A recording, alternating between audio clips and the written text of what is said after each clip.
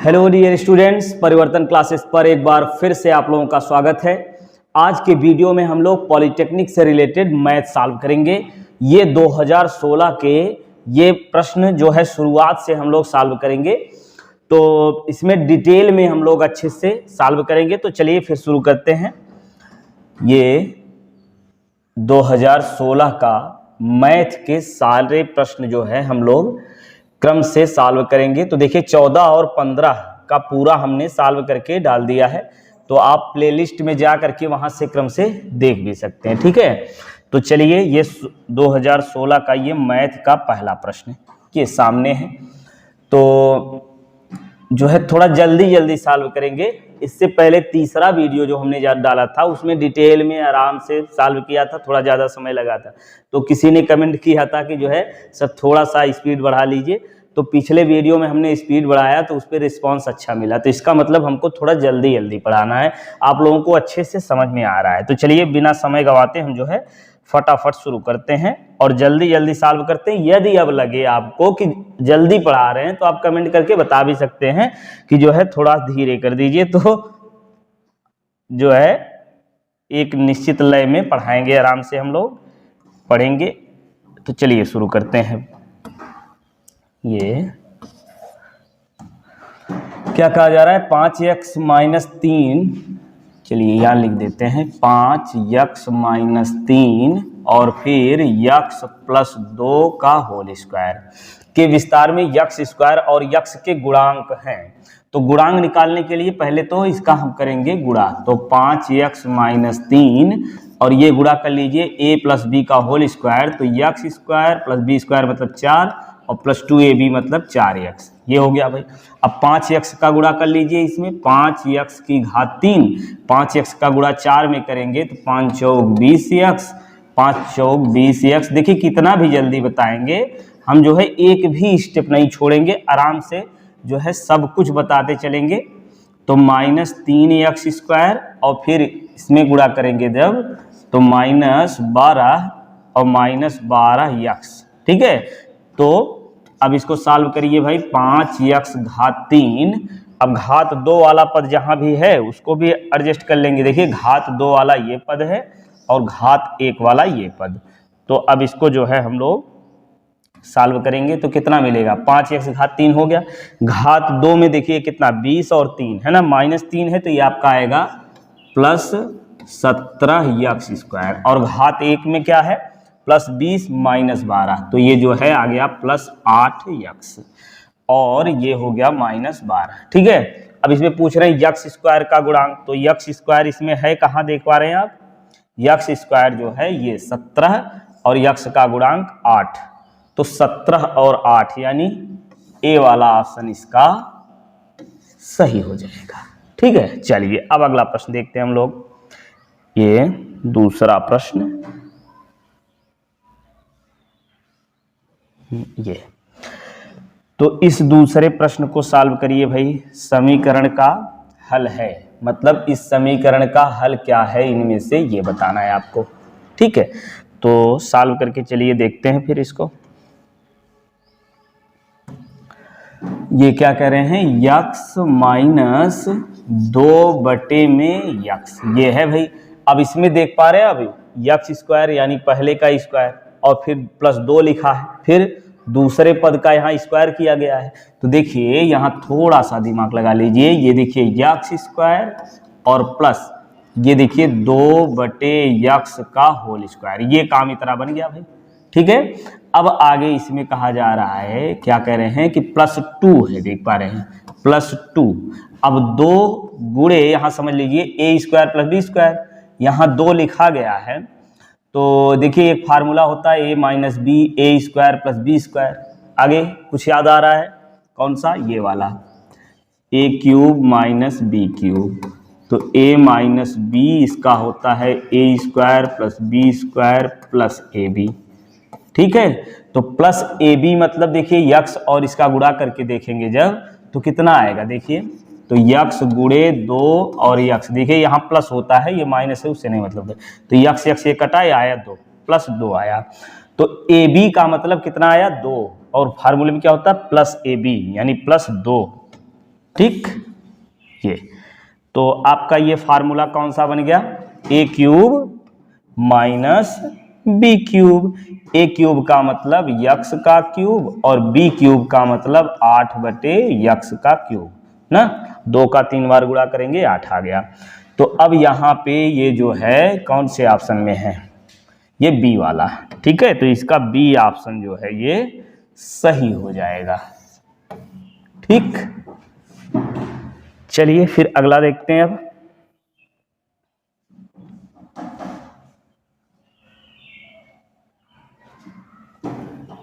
रोहित के पास दीप से 9,500 अधिक है। यदि दीप 2,000 रुपए रोहित को देता है तो रोहित के पास दीप के पास बचे धन का 4 गुना धन हो जाता है।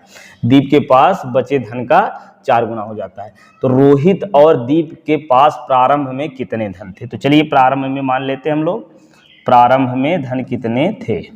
ठीक है, तो कैसे मानेंगे, रोहित के पास दीप से 9,500 अधिक थे। किसके पास अधिक थे, रोहित के पास अधिक थे। तो दीप वाला हम लोग मान लेते हैं। चलिए मानते हैं यहाँ पे कि दीप के पास कितना है, यक्स रुपए, यक्स रुपए दीप के पास है। ठीक, तो रोहित के पास कितना होगा, रोहित के पास कितना होगा, 9,500 अधिक है तो 9,500 इसमें ऐड कर लेंगे।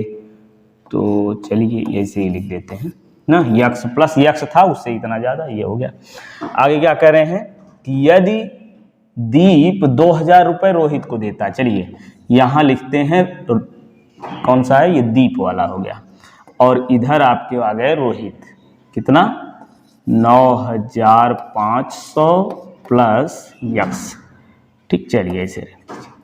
अब क्या कह रहे हैं कि यदि दीप, देखिए दीप ये हो गया, ये रोहित हो गया, समझ रहे हैं, दीप हो गए, ये रोहित हो गए। तो दीप ने 2,000 रुपए दिया तो इसका मतलब 2,000 यहां से कम हो गया। ठीक, और 2,000 इसको रोहित को दिया तो यहां रोहित वाले में 2,000 प्लस हो गया। अब कह रहे हैं कि रोहित के पास दीप के पास बचे धन का, अब बचा हुआ धन ये हो गया, रोहित के पास, इनके पास बचे धन, रोहित के पास जो धन है दीप के पास बचे धन का 4 गुना है। ये 4 गुना हो जाता है, ये 4 गुना हो जाता है। तो 4 से इसमें गुणा कर देंगे तो दोनों बराबर हो जाएंगे। ये बात समझ में आई, नहीं समझ में आई तो ऐसे देखिए, ये 2 है और यहां हम लिख दे रहे हैं, चलिए 8 ही लिख दे रहे हैं। ठीक है, तो अब बताइए, ये मान लो दीप के पास 2 रुपए है, रोहित के पास 8 रुपए है, तो रोहित के पास जो है वो दीप के पास के धन का 4 गुना है। ये 4 गुना है, तो जब इसमें 4 से गुणा करेंगे तब ना दोनों बराबर होंगे, तो इसलिए देखिए 4 से इसमें गुणा कर देंगे भाई हम लोग। समझ में आ गया होगा। तो चलिए अब आगे सॉल्व करते हैं। 4x माइनस 8,000 और फिर इधर इसको जोड़ लीजिए तो ये आएगा 9 2 11, 11,500। ठीक है, और प्लस यक्स।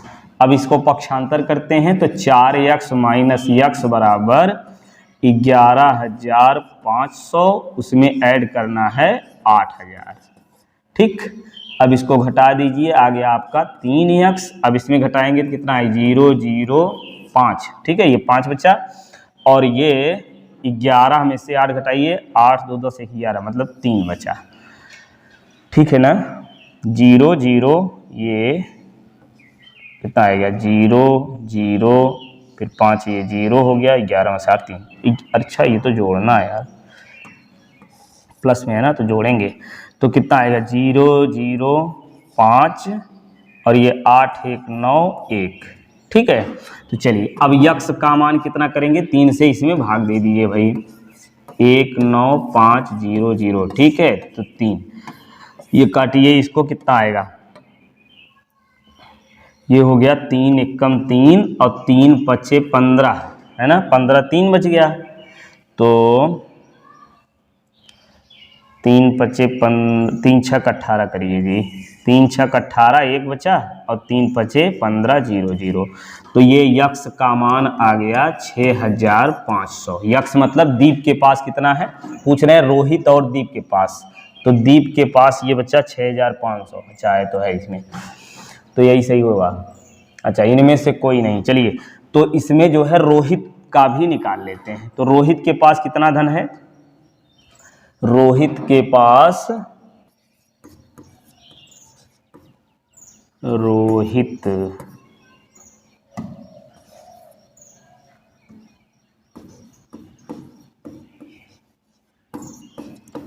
रोहित के पास है 9500 और प्लस यक्स अधिक है कितना 6500। अब इसको जोड़ लीजिए तो कितना आएगा 0 0 5 5 10 और ये 9 6 15 1 16। ठीक 16000, इसमें 17 दिया है तो 17000 ये आया भाई। तो इसका मतलब यहाँ जो है कैलकुलेशन एक बार आप लोग चेक कर लीजिएगा फिर से, वैसे सही है। तो इनमें से कोई नहीं, ये वाला ऑप्शन यहाँ पे सही हो जाएगा, डी वाला। ठीक है तो देख पा रहे हैं ना, जिसे रोहित के पास इसमें जो है आया 6500, ये तो ठीक है। मान लीजिए रोहित दीप के पास इतना आया, ये तो ठीक है। रोहित के पास आ रहा है 16000, है ना, तो 16000 इसमें कहीं ऑप्शन में नहीं दिया है, तो इनमें से कोई नहीं। ये हो गया। अगला प्रश्न देखते हैं हम लोग। ये समीकरण इतना के गुणनखंड हैं, तो इसका गुणनखंड चेक करना है जी हमको। तो गुणनखंड कैसे चेक करेंगे, इसमें 3 घात है और इसमें ऑप्शन में जो दिया है उसको थोड़ा सा देख लीजिए। यदि समझिए इसमें x-2 इसका एक गुणनखंड अगर होगा, x-2 इसका गुणनखंड होगा, हाई स्कूल में आप लोग पढ़े हो ना, तो x-2 इसका यदि गुणनखंड है तो x-2 इसका एक शून्यक होगा, यानी x का मान कितना आएगा 2 आएगा। तो x बराबर 2 जब इसमें रखेंगे हम तो पूरा 0 हो जाना चाहिए। यदि पूरा x बराबर 2 रखने पर ये 0 हो जा रहा है तो इसका मतलब x-2 इसका एक गुणनखंड है। इसी प्रकार से यदि मान लेते हैं कि x+1 इसका एक गुणनखंड है तो x+1 बराबर 0 और x बराबर -1 रखेंगे तब भी क्या हो जाएगा 0 हो जाएगा। इसी प्रकार से x-1 यदि इसका गुणनखंड है तो x बराबर 1 रखने पर कितना आना चाहिए, यदि x-1 इसका गुणनखंड है तो x बराबर 1 रखने पर पूरा 0 हो जाना चाहिए। तो चलिए अब चेक करते हैं एक एक। तो x बराबर 2 रख करके पहले चेक कर लो, या ये छोटा सा है पहले 1 ही रख लो। तो x का मान 1 रखेंगे तो कितना आएगा 2 और यहाँ रखेंगे +5, देखिए +1 रख रहे हैं हम लोग। अब ये आएगा यहाँ पर -11 और -14। अब इसको हल करिए, 7 और -5 ये 25, ये तो 0 होने से रहा। इसका मतलब x-1 इसका एक गुणनखंड नहीं है। ठीक है अगला देखते हैं, x-1 रख करके चेक कर लीजिए। तो जब -1 रखेंगे, घात 3 है ना, तो घात 3 है तो जब माइनस में रखेंगे तो आएगा कितना -1 और -1 का गुणा 2 में तो आ गया -2। ठीक है और +5, x की जगह -1 रखेंगे तो 1 का स्क्वायर 1 आ गया। यहाँ रखिए तो -1 रखेंगे तो +11 और फिर -14। अब इसको करिए चेक, तो ये 5 में से 2 घटाइए आया 3 और फिर 14 में से 11 घटा दीजिए -3, ये देखिए 0 आ गया। इसका मतलब x बराबर -1 रखने पर 0 आया, तो x+1 इसका एक गुणनखंड होगा। ठीक है अब पता चल गया हमको कि x+1 एक इसका गुणनखंड होगा। तो x+1 यदि इसका एक गुणनखंड होगा तो भाग देने पर पूरा कट जाना चाहिए। तो अब हम पहले भाग ही दे लेते हैं। चलिए सबसे आसान तरीका, एक तरीका और है इसको गुणनखंड करके, लेकिन उसमें समय लग जाएगा और गलती की भी संभावना रहती है। आप लोगों को भाग अच्छे से आता है इसलिए भाग दे करके ही, कितना आया था x-1 ना, तो x+1 इसका एक गुणनखंड होगा। तो भाग दीजिए, इसमें x से भाग देंगे तो यहाँ बचा 2x², यहाँ आ गया 2x की घात 3 और इसमें 1 में गुणा करिए तो आ गया 2x²। अब ये चिन्ह बदल जाएगा भाई, ये कट भी गया। अब आ गया कितना 3x², इसको घटाएंगे ना -11x। अब इसमें x से फिर भाग दीजिए तो कितना बचेगा 3x, 3x से गुणा करिए तो 3x² + 3x।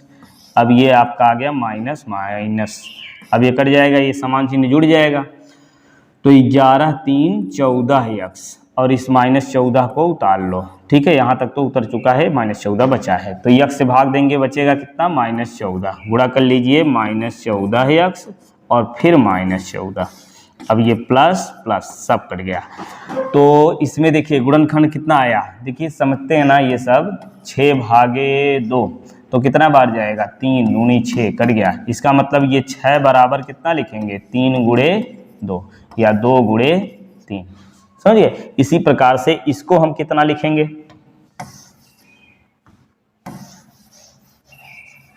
इसी प्रकार इस पूरे को हम लिख सकते हैं यक्स प्लस 1 और फिर यक्स प्लस 1 के बाद ये कितना है 2x स्क्वायर प्लस 3x और -14। ठीक है, अब इसका करेंगे हम लोग गुणनखंड, x प्लस 1। अभी 14 दूनी 28, 28 को तोड़िए तो कितना बनेगा, 3 आना चाहिए, 28 7 चौक 28। ठीक है, 7 में से 4 घटाएंगे 3 हो जाएगा। तो ये करेंगे 2x square plus 7x minus 4x minus 14। ठीक, अब ये लगाइए x प्लस 1। अब ये आएगा, कॉमन लेंगे कितना जी, इसमें कॉमन होगा x, है ना। तो x कॉमन लीजिए, इसको बड़ी कोष्ठक में करके x कॉमन ले रहे हैं, तो ये बचेगा 2x प्लस 7, -2 कॉमन ले लो तो यहाँ बचेगा 2x प्लस 7। ठीक, अब यहाँ से आ गया आपका x प्लस 1।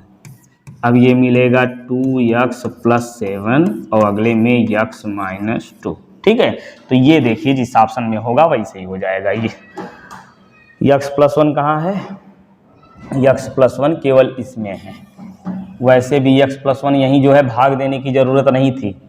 अगर ऑप्शन से ही उत्तर निकालना था तो पूरा बिना लगाए भी आप इसका सही उत्तर लिख सकते थे। कैसे, हमको पता चल गया था कि x प्लस 1 इसका एक गुणनखंड है, तो x प्लस 1 इसमें से किसी ऑप्शन में नहीं था, तो ये हम सही कर सकते थे। लेकिन इनमें से कोई नहीं ये भी ऑप्शन में है, तो हो सकता है कि x प्लस 1 हो, बाकी ऐसा कोई खंड आ जाए कि जो इनमें किसी में भी ना हो, तो इनमें से कोई नहीं ये भी सही हो सकता था ना, इसलिए हमको पूरा करना पड़ा। ठीक है ना। चलिए, तो ये पहला वाला ऑप्शन इसका सही हो जाएगा। चलिए, अब अगला प्रश्न देखते हैं।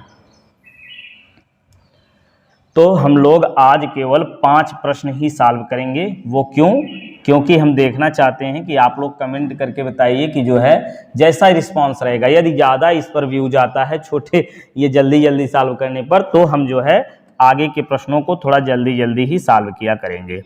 ठीक है, चलिए ये पहला प्रश्न देखिए, इसमें क्या कर रहे हैं, में यक्स इतना, तो यक्स का मान निकालना है जी इसमें। तो कैसे करेंगे, यक्स, अच्छा ऐसे कर लीजिए, देखिए यक्स अपान 1 माइनस यक्स दोनों में है ना, तो इसको यदि मान लेते हैं y, तो इसको जो है इसका व्युत्क्रम निकालिए, तो 1 माइनस यक्स, देखिए उलट देंगे दोनों तरफ, 1 माइनस यक्स और इधर अपान यक्स, तो 1 अपान वाई आ जाएगा। यही वैल्यू जो है हम इसमें रख देंगे। तो रख करके देखिए क्या आता है। ये एक काम करिए कि पूरा स्क्वायर ही मान लेते हैं, ये अंडर रूट में ही मान लेते हैं। ठीक है, अंडर रूट इतना बराबर y, तो रख लो, तो कितना बन जाएगा ये आपका y plus 1 upon y is equal to 6 दूनी 12 1 13/6। ठीक है, गुणा करिए तो आएगा y square plus 1 upon y is equal to 13/6। अब 6 से गुणा करिए, 6y स्क्वायर प्लस 6 बराबर 13y, तो आपका आ गया 6y square minus 13y plus 6 बराबर 0। तो 6 छक्के 36 हो गया, 9 चौक 36 हो जाएगा। 6y स्क्वायर प्लस, अच्छा माइनस पहले है ना, तो पहले माइनस लगाएंगे है ना, तो माइनस 9x फिर माइनस y है, 4y प्लस 6 बराबर 0। अब करिए गुणनखंड भैया, 3y कॉमन ले लीजिए, तो 3 त्रिक का 9, 3y माइनस 3, ये बचा, ये क्या हुआ, 3 दूनी 6 होगा ना।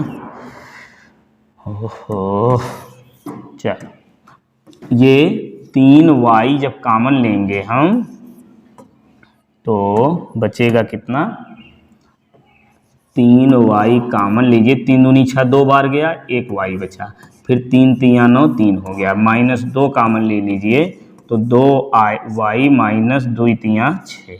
ठीक है, अब ये देखिए आ गया आपका कितना, ये आ गया 2y, या ऐसे कर लेते हैं इसको, 2y माइनस 3, एक गुणनखंड बनेगा तो यहाँ से y बराबर आपका आ जाएगा 3/2। अब फिर दूसरा वाला यहाँ करेंगे 3y माइनस 2 बराबर 0, तो 3y माइनस 2 बराबर 0 करेंगे तो y बराबर आएगा 2/3। ठीक है, अब y का मान मिल गया, अब फिर x का मान हम निकालेंगे, कहाँ, यहाँ रख करके। ठीक है, तो y की जगह 3/2 रखिए तो मिलेगा आपको, देखिए x अपान 1 माइनस x, इसका स्क्वायर करेंगे तो इधर y स्क्वायर हो जाएगा, तो y डायरेक्ट हम ये कर रहे हैं 3/2 का स्क्वायर।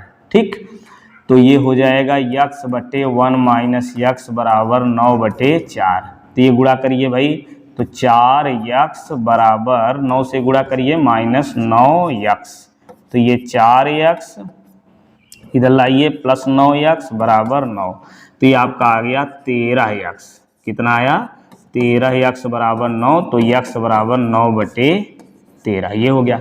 अब इस दूसरे वाले में भी रख करके सॉल्व कर लीजिए, इसमें जब रख करके सॉल्व करेंगे हम तो मिलेगा कितना, x अपान 1 माइनस x अपान 1 माइनस x बराबर कितना मिलेगा भाई, 2/3 अब की रखना है तो 2/3 डायरेक्ट कर दें, 2, चलिए लिख दे रहे हैं 2/3 का स्क्वायर, ये बनेगा x 1 माइनस x, तो ये बना कितना 4। ठीक इसी प्रकार जैसे यहाँ सॉल्व किए थे वैसे यहाँ भी कर लेंगे, तो 2 दूना 4 और 3 तिया 9, तो गुणा करिए 9x बराबर 4 माइनस 4x। अब फिर इधर आएगा 9x प्लस 4x बराबर 4, तो ये आ गया 13x बराबर 4, तो x बराबर आया 4/13। ठीक है, तो एक आया 4/13 और एक आया 9/13, तो देख लीजिए है ऑप्शन में 4/13 और 9/13। ठीक, ये ऑप्शन ये वाला यहाँ पे सही हो जाएगा, सी वाला ऑप्शन। ठीक, तो चलिए एक आध प्रश्न और सॉल्व कर लेते हैं। ये अगला प्रश्न है, ये सामने आपके, इसको थोड़ा बड़ा कर लें भाई। इसमें क्या कर रहे हैं, दिए गए चित्र में पीटी रेखा वृत्त को बिंदु R पर छूती है, कहाँ पीटी रेखा, ये पीटी रेखा वृत्त को R पर छूती है जिसका केंद्र O है, देखिए ये केंद्र O है, इसमें केंद्र O है, व्यास SQ, देखिए SQ व्यास है। अब अगर SQ व्यास है तो ये व्यास जो है वृत्त को 2 बराबर भागों में बांटता है, इसका मतलब इधर अपना अर्धवृत्त हो गया, इधर अर्धवृत्त हो गया, तो अर्धवृत्त बन गया ना, तो अर्धवृत्त पर जो बने कोण होते, देखिए ये जो है व्यास बन गया, तो अर्धवृत्त द्वारा जो बना कोण होता है वो क्या होता है, समकोण होता है। तो एक बात यहाँ से और स्पष्ट हो गई कि ये 90 अंश हो जाएगा। अच्छा, ये क्लियर दिख रहा है आपको, थोड़ा बड़ा करते हैं। SQ व्यास है, इतनी बात समझ में आई, थोड़ा सा ये बड़ा करें भैया, बड़ा कैसे करें जी, ओहो तो कुछ ज़्यादा ही बड़ा हो गया, चलिए समझिए, ये ऐसे कर दे रहे हैं। ठीक है, तो देखिए ये SQ वृत्त का व्यास हो गया, SQ वृत्त का व्यास हो गया है ना, तो व्यास द्वारा ये बना कोण क्या होगा, 90 अंश हो जाएगा, ये आपका ये बनेगा 90 अंश। अब क्या कह रहे हैं कि स्पर्श रेखा PT को P पर काटता है, कौन, स्पर्श रेखा, अच्छा ये SQ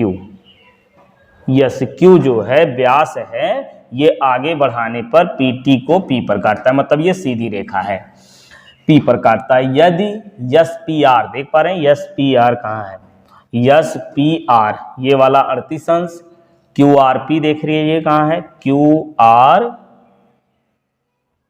QRP ये वाला Y है, और ये RSQ ये 32 है, और SQR ये X है, तो कोण X और Y का मान याद करना है, तो ठीक है फिर क्या किया जाए, ये 90 हो गया ना जी, तो त्रिभुज के तीनों कोणों का योग होता है 180, है ना।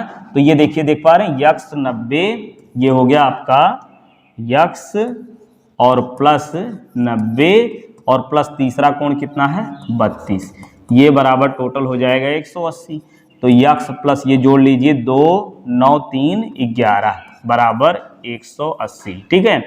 तो यक्स बराबर 180 माइनस 112, अभी घटा लीजिए भाई, तो ये आपका आएगा 10 में से 2 घटाइए आएगा 8, और यहाँ बचा कितना 7, 7 में से 1 घटाइए आया 6, ठीक है, और 1 में से 1 घटा दीजिए, ये आ गया आपका, ठीक है ना। 8 2 10, 6 1 7 1 8 1, ठीक है। तो यक्स का मान ये आपका मिल गया 68, तो 68 इसमें कहीं है, यही वाला है, तो यही सही हो जाएगा। यही इतना लगा करके, ये सी ऑप्शन लगा करके आप आगे बढ़ सकते हैं, ठीक है। चलिए y का मान भी निकाल लें, अगर निकालना चाहें आप तो समय लग जाएगा, चलिए ठीक है, कोई बात नहीं। आप लोग y का मान निकाल करके इसको कमेंट में बताइएगा कैसे निकालना, थोड़ा सा हिंट कर दे रहे हैं हम। एक रेखा है ये सीधी, देख पा रहे हैं, ये सीधी रेखा है, यक्स का मान मिल गया 68 ना, तो चलिए थोड़ा और बड़ा कर देते हैं इसको, ये ठीक है। चलिए ये मिटा दें भाई, क्या इसकी ज़रूरत है, इसको कमेंट में आप बताएंगे। ये पूरा यक्स जो है ये कितना आया था अभी 68, है ना, यक्स ये जो है 68 हो गया, तो पूरा ये कोण कितना हो जाएगा 180 में से घटा देंगे तो इधर वाला ये कोण आ जाएगा, और जब ये वाला कोण आ गया, देख पा रहे हैं, तो QPR, इसमें ये 2 कोण मिल गए, तो तीसरा कोण त्रिभुज के तीनों कोणों के योग से आप निकालेंगे तो ये तीसरा कोण भी आ जाएगा। तो इस प्रकार से जो है ये हमने शुरुआत के कुछ प्रश्न सॉल्व किए हैं, बाकी प्रश्नों को अगले वीडियो में हम लोग क्रम से सॉल्व करेंगे। तो चलिए तब तक के लिए धन्यवाद, पढ़ते रहिए, स्वस्थ रहिए, मस्त रहिए, मिलते हैं नेक्स्ट वीडियो में।